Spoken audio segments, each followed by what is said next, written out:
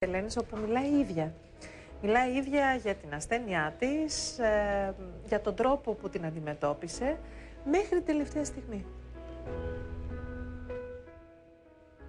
Πιάσε με, αν μπορείς, έλα και πιάσε με. Με τη θαραλέα στάση και την αξιοπρέπειά της έγινε η γυναίκα σύμβολο στη μάχη κατά του καρκίνου. Η δύναμη ψυχής που έδειξε έγινε σημείο αναφοράς από την πρώτη μέρα που τη χτύπησε η ασθένεια. Η Ελένη Καλαμάρη έσβησε μετά από 5 χρόνια σκληρής μάχης που έδωσε ενάντια στον καρκίνο το απόγευμα της Μεγάλης Τετάρτης. Το σπάνιο αυτό πλάσμα, όση δύναμη κι αν έδειξε, άφησε την τελευταία της πνοή στο νοσοκομείο, βυθίζοντας σε πένθος στους δικούς της ανθρώπους και το μικρό της γιο, που είναι σήμερα 5 χρονών. Πάλευε να κρατηθεί στη ζωή και δεν έχανε το κουράγιο της για το καμάρι της, το αγόρι της που λάτρευε. Όταν μαθαίνεις ότι έχεις καρκίνο όμως, διαφέρει από άνθρωπο σε άνθρωπο. Το συναίσθημα είναι ίδιο. Θεέ μου, θα πεθάνω, γιατί έτσι μας το έχουν περάσει. Το πώς το διαχειρίζεται ο καθένας μετά είναι διαφορετικό. Έχω δει ανθρώπους οι οποίοι λένε εντάξει, ευχαριστώ και πάνε και πέφτουν από τον μπαλκόνι. Και έχω δει και ανθρώπους οι οποίοι λένε άντε και θα δούμε και περιμένουν απλά πότε θα έρθει η ώρα να μετρήσει αντίστροφα ο χρόνος να φύγουν. Και έχω δει και ανθρώπους που είναι πια στη δική μου την παρέα που λέμε οκ, εντάξει, πολεμάμε τον καρκίνο. Την Ελένη τη γνωρίσαμε μέσα από τη μάχη που έδινε με τον καρκίνο και τη φιλοξενήσαμε στην εκπομπή για το σθένος που έδειχνε και τον τρόπο που διαχειρίζονταν την ασθένειά της. Με τη δύναμη της ψυχής της μας συγκίνησε πολλές φορές και έγινε για μας ένας δικός μας αγαπημένος άνθρωπος. Μπορεί να μην έχω κυριολεκτικά να πάρω μια σοκολάτα στο παιδί μου, ίσως να υπερβάλλω. Έχει τύχει όμως και αυτή η κατάσταση. Αλλά δεν με ενδιαφέρει καθόλου, γιατί μπορώ και το κοιτώ. Και είστε μαμά και καταλαβαίνετε τι εννοώ. Από πολύ νωρίς έδινε τον αγώνα της γενναία, πολεμώντας τον καρκίνο και χωρίς να παραπονεθεί ποτέ. Με τη στάση της παρέδιδε μαθήματα ζωής. Μας άγγιξε βαθιά όταν πριν από 2 χρόνια ακριβώς την είχαμε φιλοξενήσει στην εκπομπή. Κατά τη διάρκεια της εγκυμοσύνης της, η Ελένη έρχεται για πρώτη φορά αντιμέτωπη με τον καρκίνο στο μαστό. Εκείνη το έμαθε 10 μέρες αφού γέννησε το γιο της. Οι μισοί λέγανε ότι είχα καρκίνο και δεν το ήξερα και φούντωσε. Οι άλλοι μισοί λέγανε ότι είχα καρκίνο και το ήξερα και το έκρυβα και φούντωσε. Η βιοψία έδειξε ότι καρκίνο απέκτησα στην εγκυμοσύνη. Η Ελένη αντιμετώπιζε με αισιοδοξία τη σοβαρή κατάσταση με την υγεία της. Ακόμη και την πτώση των μαλλιών της από τις χημειοθεραπείες τη διαχειρίζονταν με χιούμορ. Όμως έχω δει ότι κάνεις αυτοσαρκάζεσαι και με το πρόβλημα της υγείας σου. Δηλαδή, έγραψες. Έφτιαξα την περουκίτσα μου, μόλις πέσουν τα μαλλιά θα τη φορέσω και θα ανεβάζω φωτογραφίες. Καλά, μου αρέσει πολύ. Χιχιχι, μετριάζει στην οχώρια του αποχωρισμού των μαλλιών μου. Σνιφ, αλλά είπαμε, όλα καλά. Και θα βγάλω ένα μαλλί special. Έτσι είναι. Το έχω ξαναζήσει, οπότε το ξέρω ότι θα είναι special το μαλλί. Αγαπημένοι μου φίλοι, καλημέρα. Σήμερα Παρασκευή. Είμαι και πάλι στο Μεταξά για την προγραμματισμένη μου χημειοθεραπείουλα. Πρώτη φορά προσβλήθηκε από καρκίνο στα 19 της. Είχε κακοήθη όγκο στο θηροειδή. Εκείνη δεν το γνώριζε. Ένα γρομπαλάκι στο λαιμό, μα τι έχω, δεν είναι τίποτα παιδί μου, μα κάτι έχω, μα δεν είναι τίποτα, πάμε σε ενδοκρινολόγο. Μου κάνει υπέρηχο, μου λέει πρέπει να χειρουργηθείς. Λέω τι είναι, μου λέει φαίνεται πολυοζώδη βροχοκύλη. Μπαίνω λοιπόν στο νοσοκομείο, σε κρατικό νοσοκομείο, χειρουργούμε και μου είπε ο γιατρός ότι όλα θα πάνε καλά και ότι σε καθάρισα. Όταν αργότερα βγήκε η βιοψία, μίλησα με τους γονείς μου. Τους είπαν ότι αυτό που έχω είναι θυλώδες καρκίνωμα του θηροειδούς. Δεν είναι καρκίνος ο οποίος μεταστάται. Αποφάσισαν οι γονείς μου να με προφυλάξουν λόγω του ότι δεν κινδύνευε η ζωή μου αφενός και ήμουν αρκετά νέα αφετέρου. Και γι' αυτό δεν μου είπαν ότι ήταν καρκίνος. Στα 26 της η Ελένη γνώρισε το μεγάλο έρωτα. Παντρεύτηκε τον άντρα που αγάπησε βαθιά. Μένει έγκυος στο γιο τους. Είχε δύσκολη εγκυμοσύνη. 2 ώρες πριν γεννήσει έσπασε το πόδι της. Κάταγμα καρκινικό. Εκείνο το πρωί έφερε στον κόσμο το αγγελούδι τους. Το κράτησε στην αγκαλιά της μόνο για 3 μέρες. Βγαίνοντας από το μεευτήριο μπήκε στο νοσοκομείο για να υποβληθεί σε εξετάσεις. Στην αρχή, όπως έλεγε, ο σύζυγός της ήταν δίπλα της. Όταν η βιοψία έδειξε πως πάσχει από καρκίνο στο μαστό, τότε, όπως ισχυρίστηκε η Ελένη, εκείνος αποκάλυψε πως είχε καρκίνο και είχε νοσήσει και στο παρελθόν. Ήταν 15 μέρες μετά αφού γέννησα το γιο μου. και μου είπε ότι δεν μπορούμε πλέον να είμαστε μαζί, διότι ήξερα ότι είχα καρκίνο και του το έκρυβα και ότι νιώθει προδομένος αφόρητα από εμένα. Και ότι αφού επέλεξα να κάνω παιδί ενώ ήμουνα μέσα σε νόσο και να τα περάσω όλα αυτά, και το επέλεξα μόνη μου, χωρίς να τον ενημερώσω, οφείλω όλο αυτό να το περάσω μόνη μου, γιατί εκείνος δεν ευθύνεται, γιατί δεν ήταν δική του απόφαση. Πιστέψτε με, αν ήταν αλήθεια, θα είχε απόλυτο δίκιο. Ολομόναχη ξεκινά να δίνει τη μάχη της με τον καρκίνο.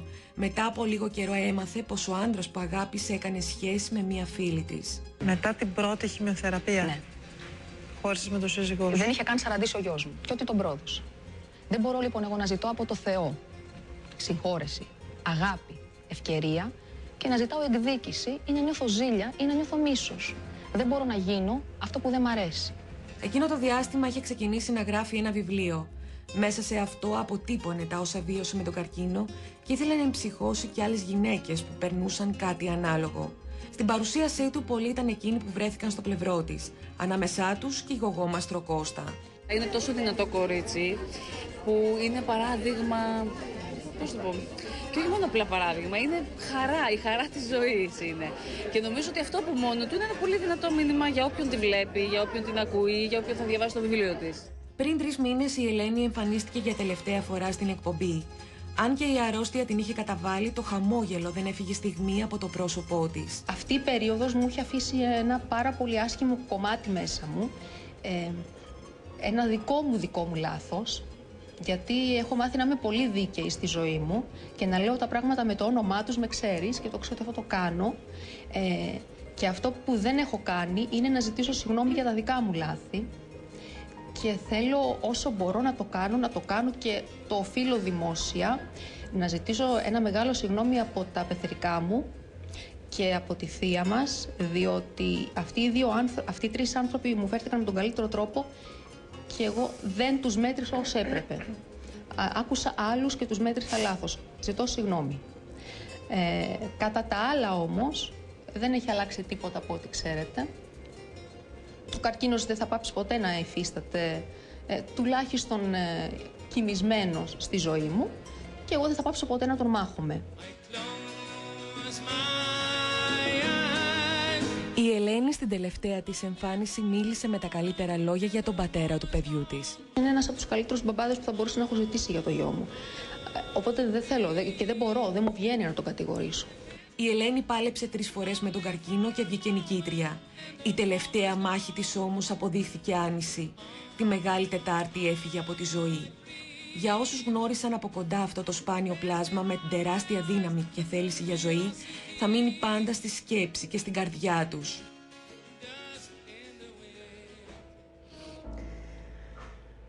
Θα δώσω το λόγο πρώτα στη Τζίνα, γιατί για την Κωνσταντίνα σίγουρα είναι πολύ πιο δύσκολο. Η Κωνσταντίνα είναι η αδελφή της Ελένης. Λοιπόν, εγώ Τατιάνα θα ήθελα να πω πρώτα απ' όλα ένα μεγάλο ευχαριστώ σε σένα που έγινες ο άνθρωπος που μας βοήθησες να γνωρίσουμε την Ελένη. Όσον αφορά τη σχέση μου με την Ελένη, θα ήθελα να πω ότι αυτό που κατάλαβα εγώ από αυτή τη γυναίκα, που την έζησα πάρα πολύ στενά το τελευταίο διάστημα, λοιπόν, ήταν κάτι παραπάνω από φίλη μου.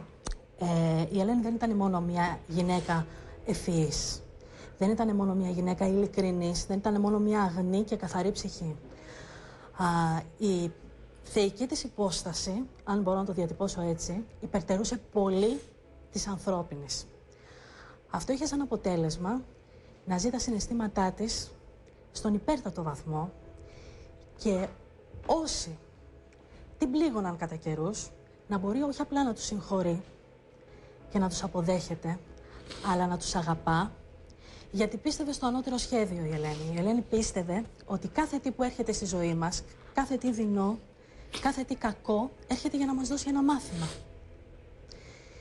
Πίστευε ότι η δική της η αποστολή, να το βάλω σε εισαγωγικά, αν και εκείνη έτσι ακριβώς το έλεγε, ήταν μέσα από τον πόνο, μέσα από τη δική της περιπέτεια να διδάξει. Να μπορέσει να βοηθήσει μάλλον, όχι να διδάξει, να μπορέσει να βοηθήσει έστω και έναν άνθρωπο. Και αυτός ήταν ο στόχος της και πίστεψέ με, το έκανε με εκατοντάδες ανθρώπους, να μην σου πω χιλιάδες ανθρώπους. Η Ελένη ήταν η γυναίκα που ήξερε να στέκεται, να κρύβει το δικό της πόνο, έτσι δεν είναι, Κωνσταντίνα? Κρύβει το δικό της πόνο, να κρύβει τη δική της αγωνία, να μπορεί αυτή την αγωνία να τη μετατρέπει σε ελπίδα και να στέκεται όπου υπήρχε πόνος, όπου υπήρχε φόβος, όπου υπήρχε θάνατος.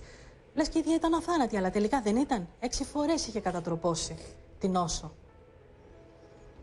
Έτσι. Η οποία βοήθησε πάρα πολύ κόσμο. Είναι εκατοντάδες οι άνθρωποι που έστειλαν μηνύματα για το θάνατό της στο Facebook, στο Twitter. Εν τω μεταξύ, τώρα στο διάλειμμα σηκώνεται μια κοπελίτσα, κάθεται εκεί στο κοινό και μου λέει, ήρθαμε, λέει, για να δούμε την Ελένη και δεν την προλάβαμε. Από πού ήρθες? Της λέω, μου λέει, ήρθα από την Κύπρο. Από την Κύπρο, της λέω, ταξίδεψες για να γνωρίσεις την Ελένη? Καλησπέρα σας. Καλησπέρα, κύριε. Και η κοπέλα δίπλα, έτσι, καλησπέρα. Εσείς γιατί ταξιδέψατε για να δείτε την Ελένη από την Κύπρο? Ναι, βασικά ταξιδέψαμε, μιλούσαμε καθημερινά σχεδόν μαζί με την Ελένη, είτε μέσω τηλεφώνου, είτε μέσω Facebook. Γίναμε φίλες από την πρώτη εκπομπή σας, που την είχα δει εγώ προσωπικά. Μου είχε πει όταν θα κατέβαινε κάτω Κύπρο να τη συναντούσαμε. Εγώ είμαι θελόντρια στη Europantona Κύπρου. Έτσι μιλούσαμε για διάφορα θέματα και για καρκίνο και για διάφορους άλλους φίλους που είχαν καρκίνο. Η Ελένη ήταν πολύ ξεχωριστός άνθρωπος για μένα. Όταν είχε έρθει Κύπρο, θα ήθελα να πω ένα συγκεκριμένο περιστατικό, αν μου επιτρέπετε. Ναι. Πήγαμε για τραπέζι μετά την παρουσίασή της με άλλες εθελόντριες από την Europantona Κύπρου, κάτω στη Λάρνακα. Πήγαμε για φαγητό. Η Ελένη το διασκέδασε με την ψυχή της. Χόρεψε το ζεμπέκικο, όπως αυτή, ξέρε, με τον παστούνι της, γιατί το ήθελε, το ζητούσε η ψυχή της. Όταν είχε τελειώσει το τραγούδι, ήρθε κοντά μας αυτός ο κύριος. Τώρα με βλέπει και η Ανθία από απέναντι και με ξέρει γι' αυτό, γιατί πράγμα μιλάω. Και έρχεται κοντά μας και μας λέει, τι γιορτάζετε, από πού είσαστε, από κάποιο σύνδεσμο, από κάποια οργάνωση? Γυρίζει και του λέει η Ελένη, εδώ όλες εμείς είμαστε καρκινιάρες. Αυτές εδώ οι άσχημες μόνο δεν έχουν καρκίνο. Έτσι αντιμετώπιζε την νόσο. Κωνσταντίνα μου, αγάπη μου, για σένα είναι πιο δύσκολο. Το δυσκολότερο. Εσύ τι θα ήθελες να πεις? Πώς ήταν οι τελευταίες της στιγμές στο νοσοκομείο? Ήταν δύσκολες. Πολύ. Το παιδάκι της πρόλαβε να το χαιρετήσει? Ναι, το πήγαμε στο νοσοκομείο, το είδε. Εγώ αυτή την έννοια είχα όλες αυτές τις ημέρες. Το είδε το μικρό. Ήξερε όταν το είδε ότι αισθανόταν όχι, ότι... Η Ελένη δεν γνώριζε ότι θα φύγει. Εμείς ξέραμε, εγώ, η μητέρα μου, της είχαμε πει ότι έχει πνευμονία και ότι έπρεπε να μείνει μέσα για τη βίωση. Δεν ήξερε ότι έχει προχωρήσει νόσος στον πνεύμονα της. Βέβαια έχει καταλάβει ότι κάτι έχει και δεν πάει καλά, αλλά δεν μπορούσε να το πει, δεν ήξερε, γιατί εμείς την προστατεύαμε και είναι υποψιαζόταν ότι κάτι έχει και προσπαθούσε να προστατεύσει εμάς μάλλον. Απλά δεν ήξερε ακριβώς τι έγινε αυτό που έχει. Και έλεγε, της είχαν πει ότι και οι γιατροί στον Πυροβόλο ότι ήταν πνευμονία. Οι γιατροί της μίλησαν για την Ελένη. Θα θέλαμε να πούμε ένα μεγάλο ευχαριστώ στους γιατρούς και στο νοσοκομείο, γιατί δεν στάθηκαν μόνο ως γιατροί στο πλευρό της και το νοσοκομείο δεν την νοσήλευσε απλά. Γνωρίζοντας πόσο δύσκολο ήταν και για την οικογένεια και για την Ελένη να ανταπεξέλθει σε αυτή την νοσηλεία, στάθηκαν εκεί, ειδικά τις Άγιες μέρες αυτές του Πάσχα, έτσι όπως έπρεπε. Το γνωρίζω. Και τους ευχαριστούμε πολύ. Πάμε να δούμε τι λένε οι γιατροί.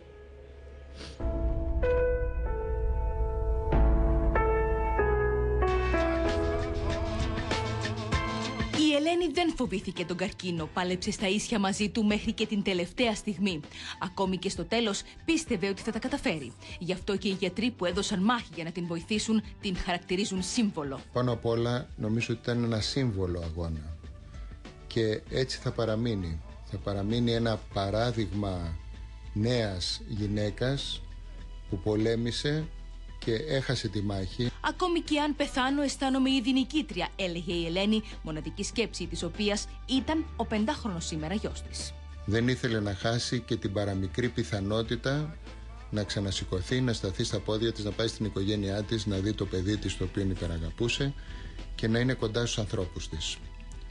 Επομένως θα τη θυμόμαστε πάντα σαν ένα σύμβολο αγώνα και δύναμης κατά του καρκίνου, έστω και αν η μάχη σε αυτό το στάδιο της νόσου που ήταν η Ελένη ήταν άνηση.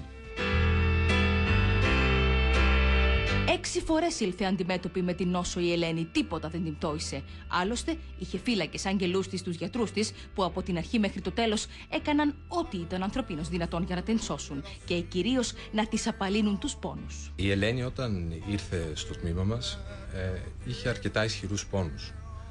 Η πρώτη ερώτηση από ό,τι θυμάμαι που μας έκανε ήταν εάν η θεραπεία αυτή την οποία θέλουμε να κάνουμε θα μπορούσε να τη βοηθήσει στους πόνους αυτούς. Συζήτηση την οποία είχαμε κάνει, γιατί είδαμε ότι η Ελένη ήταν ένας πάρα πολύ δυνατός άνθρωπος. Είδαμε ότι μπορούμε να την πείσουμε να κάνει τις θεραπείες αυτές. Ξεκινήσαμε τις θεραπείες αυτές και επειδή ήταν μια σειρά θεραπείων, σιγά σιγά ήρθε η πρόοδος.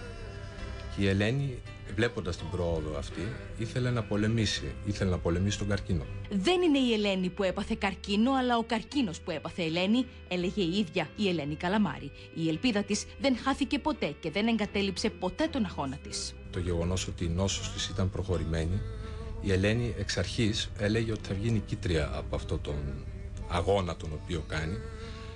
Παρόλο το γεγονός που υπήρχαν ήδη ιωσικές εντοπίσεις, οι οποίες σαφέστατα την ενοχλούσαν στην καθημερινότητά της, είχε δυσκολίες στη βάδιση, είχε πόνους, δηλαδή δεν μπορούσε να ανταπεξέλθει σε όλα αυτά που χρειάζεται η καθημερινότητα. Παρόλα αυτά η Ελένη έλεγε καθημερινά ότι θα βγει νικήτρια από αυτό.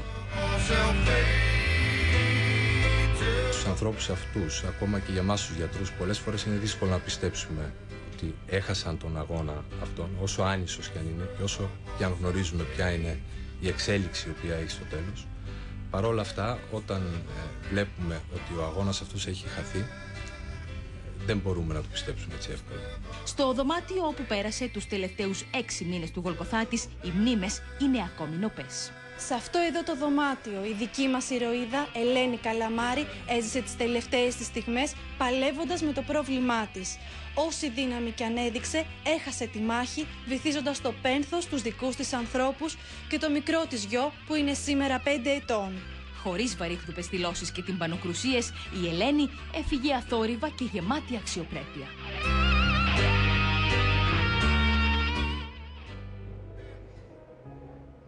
Είναι ο χώρος που περάσετε κι εσείς τους τελευταίους τον τελευταίο καιρό, τους τελευταίους μήνες. Εγώ θα ήθελα να κλείσουμε. Να ευχαριστήσω, εκτός από τον κύριο Παφαλούκο Ναι. και την κυρία Λινάρδου, που ήταν πάρα πολύ δίπλα μου σε όλο αυτό, που με συμβούλευε και μου έλεγε την αδερφή μου. Και ένα μεγάλο ευχαριστώ στο νοσοκομείο στο Μητροπόλιταν. Εγώ θα ήθελα να κλείσω με μια φρασούλα της Ελένης. Να έχει γράψει, την βρήκα στο ίντερνετ μέσα στη σελίδα της, στο Facebook. Λέει λοιπόν: «Καρκίνε, μπορεί αρχικά να με τρόμαξες και να μου ξερίζωσες τα πάντα, να τα πέταξες στη φωτιά. Όμως ευχαριστώ τόσο πολύ, γιατί τώρα πια που οι καπνοί διαλύθηκαν στον αέρα, είδα ότι μετά τη φωτιά δεν έμειναν στάχτες, αλλά διαμάντια. Αυτά που οι εξαιρετικά υψηλές σου θερμοκρασίες μπορούν να μετατρέψουν. Όσο για όσα χάθηκαν άδικα, τίποτα που αφήνει ο Θεός να γίνει δεν είναι άδικο.